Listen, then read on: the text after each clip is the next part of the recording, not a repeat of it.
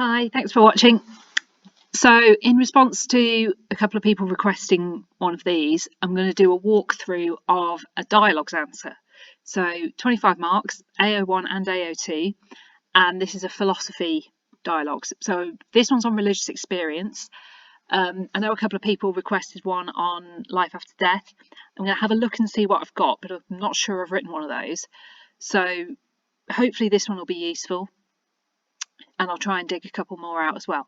So religious experience gives Christians knowledge of God. So your command words for dialogues are always critically examine and evaluate this claim with reference to the dialogue between Christianity and philosophy. So examine, that's your AO1 command word. So that means you're unpacking, showing your knowledge. Evaluate means you've got to actually have an argument going on and you've got to be doing some critical analysis. So as we go through, I'm going to try and point out where I'm doing AO1 and where I'm doing AO2. Another really important thing to say right at the top is it does not have to be 50-50 between Christianity content and philosophy content. My understanding is that there's no kind of extra marks for shoving in as many different topics as you can. You can draw from anything on the spec. You can draw from anything not on the spec as well. The mark schemes for dialogues are quite broad, so anything that is relevant to the question has to be credited. So don't stress too much about your actual content. That should take care of itself as long as you know your stuff. The other thing I want to say just before we get into it is this answer's quite long. It's about 1,300 words. Yours does not have to be that long. So if you're looking at that and freaking out thinking, I can't write that in 45 minutes, don't worry. Length isn't as important as quality. Because I'm a fast writer and I've got lots of experience with this, I can do these quite fast. I can produce quite a lot of writing. So what I'm basically saying is you could easily maybe lose one of these paragraphs and it would still be absolutely fine. So don't get hung up on things like that. All right, let's get into paragraph 1. On the one hand, so you can see I'm going straight into my argument there, from the point of view of someone who believed they had a religious experience, this statement would be likely to be seen as true. Religious experiences can be life-changing and bring the experience, that's like a word for saying person who's had the experience, into a completely different way of being. For example, St. Paul's experience of Jesus on the road to Damascus was completely transformational and was crucial in the foundation of Christianity. So that's all kind of AO1 knowledge. So I'm showing that I understand with that example the effect that religious experiences can have on people. For a Christian, it would make no sense at all to say that Paul's religious experience did not give him knowledge of God. Similarly, for someone such as Nicky Cruz, an experience can bring someone into a faith relationship with God and can lead the person with an understanding of God's will, leading them to change their lives dramatically. Now, if you don't know the story of Nicky Cruz, that's one worth looking up because it's a great example for religious experience. He was someone who was not a Christian and then had an experience which completely changed his life and made him become a Christian, which he remained for the rest of his life. In many ways, this is hard to argue against because when someone is profoundly changed by an experience, it's difficult to claim that nothing has happened to them and the experience is not real. However, it does raise the question of whether their experience has truly given them knowledge of God. A person may believe they have gained new knowledge of God, but this is not the same as saying they actually have. So everything from kind of here down, if I just highlight it for you, this is me trying to do some AO2 because I'm analysing the argument. I'm using phrases like it does raise the question. That's good AO2 as well because what you're doing is you're pointing out potential flaws in the argument. This is what the examiners want to see. Okay, next paragraph. Okay, the claim could be challenged on the grounds that religious experiences are scientifically dubious and that there are multiple other explanations for many types of religious experience. Paul's experience could have been temporal lobe epilepsy, a completely natural phenomenon. So here I'm just drawing on my AO1 knowledge from religious experience. Can religious experiences be verified? absolutely fine to do that. Go for what's obvious. It would therefore be inaccurate to say that his experience gave him knowledge of God, as in this scenario, there is no need for God to intervene or even to exist, and the changes that the experience brought about in Paul can be explained by the impact of the illness on his brain. So this is actually AO1 as well, all of this, because all I'm doing is laying out a point of view. I'm just using knowledge. Here's where I start to do AO2 again. Whilst plausible, this cannot be tested, and it cannot completely explain why so many people are fundamentally changed by experience that they believe to be of God. Whilst there are scientific challenges to religious experience, none of them go so far as to prove that there is no involvement of God or a divine being. Temporal lobe epilepsy may be the means by which God is communicating with the experience, and therefore it is unfair. So by using a phrase like that and making a judgment, proving that I'm engaging with the AO2 criteria, it's unfair to categorically state that such an experience gives no knowledge of God, even if there is a possible scientific explanation for it. Okay, moving on. A better challenge to the statement, so again, bit of AO2, because I'm kind of alluding to the fact that what I've just said I don't think is a particularly strong challenge. I'm saying a better challenge might be to point out that many Christians believe that God is fundamentally unknowable, and that therefore a religious experience cannot give a believer knowledge that is ultimately not available. So here I'm drawing on some stuff from Year 1 Christianity about to what extent can God be known. So this is the God topic. You don't have to go there, but you absolutely can. There's nothing that says that you only want to be drawing on religious experience. You want to be drawing from different areas of the course, but more is not necessarily better. Don't try and force it. This would compromise epistemic distance, the gap in knowledge between humans and God that must exist for faith to be meaningful. So I've defined epistemic distance there because there's AO1 marks. If this was just an AO2 question, if this was just a 15 marker, I wouldn't bother, because you don't need to be constantly explaining yourself. You just want to get on with it. But because dialogues is AO1 and AO2, that's okay.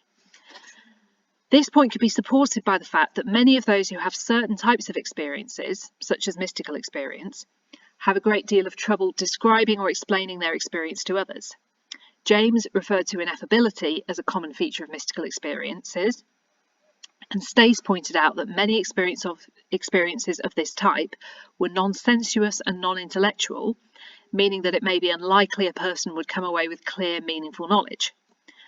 The question could also be raised, why would God reveal knowledge of himself to some people but not others? This suggests a God who picks and chooses and intervenes in the world arbitrarily, and for many thinkers this cannot be the God of classical theism. So you can see again I'm blending my AO1 and AO2. I think that is the best way to do it. And then I'm coming back with the start of this paragraph.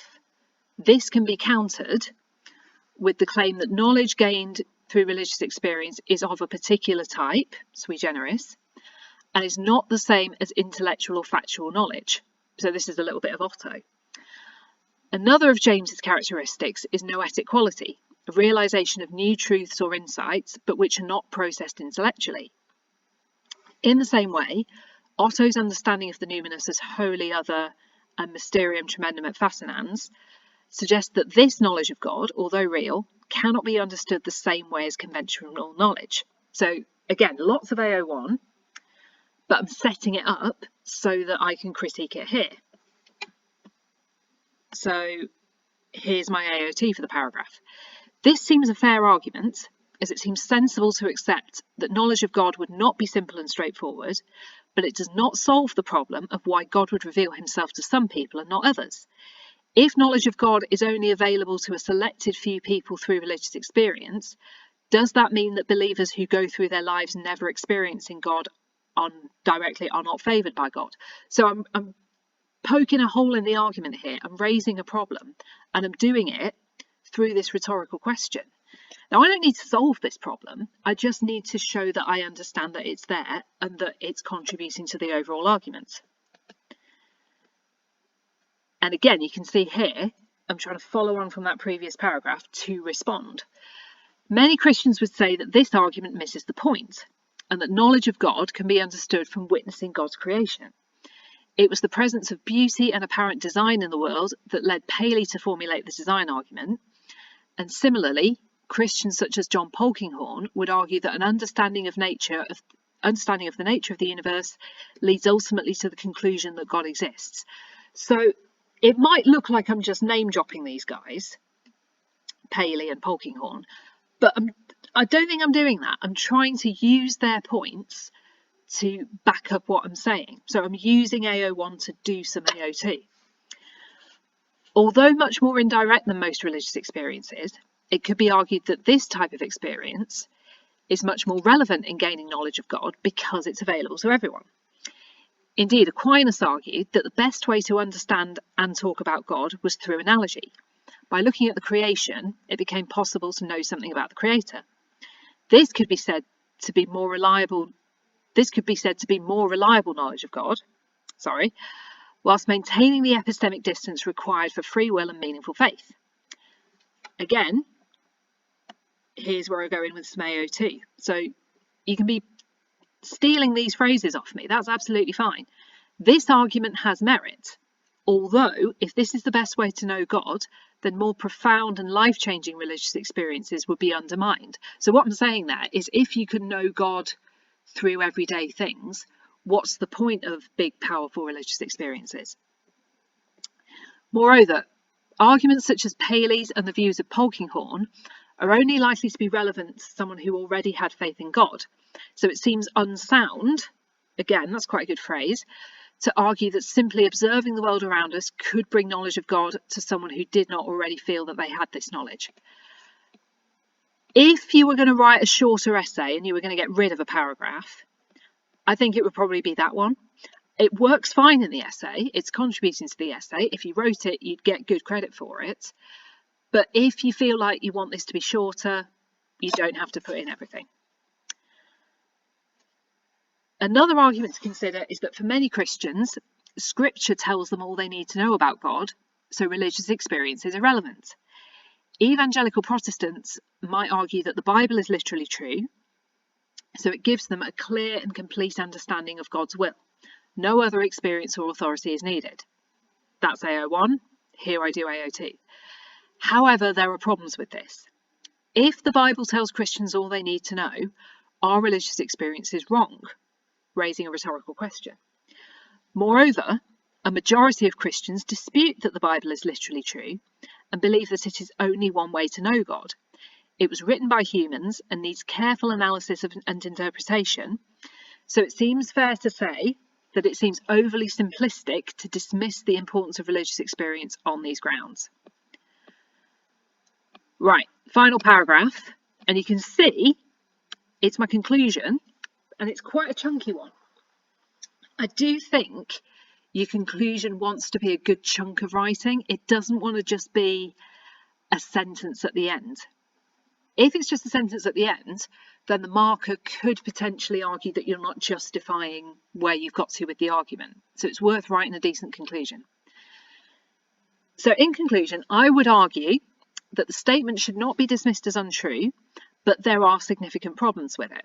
I've used I would argue, I'm writing in the first person, because firstly, that's fine to do in RS, and secondly, it proves that I've actually personally engaged with the argument. Firstly, how can God be unknowable and transcendent, and yet still be meaningfully known through religious experience? The doctrine of the Trinity may be helpful here, as people may experience an aspect of God, such as the Holy Spirit at work in their lives to give them some understanding of God, but it may not be possible to call this knowledge in the conventional sense. Also, religious experiences can be seen as fairly unverifiable. The experienced may be completely convinced that they've gained knowledge and understanding of God through a religious experience, but this would be unlikely to convince an outsider, especially if the experience could be explained in other ways. The best conclusion to draw might be that religious experience can give a Christian knowledge of God that builds on and strengthens their existing faith, but that this is not the same as intellectual or factual knowledge. It's faith-based and therefore unverifiable. This would seem to support the idea that religious experiences are valuable to those who have them, but they are not particularly helpful in giving Christians in general better knowledge of God. So you can see there where I've ended up.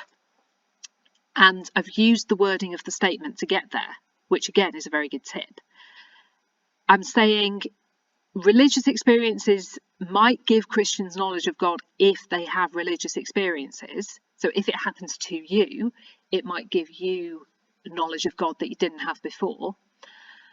But just in general, they might not be great for that, because we can't really agree on what kind of knowledge they give. We can't really agree on how much God can be known. All these things that will have come up in your discussions. Dialogues is a really good opportunity to bring it all together.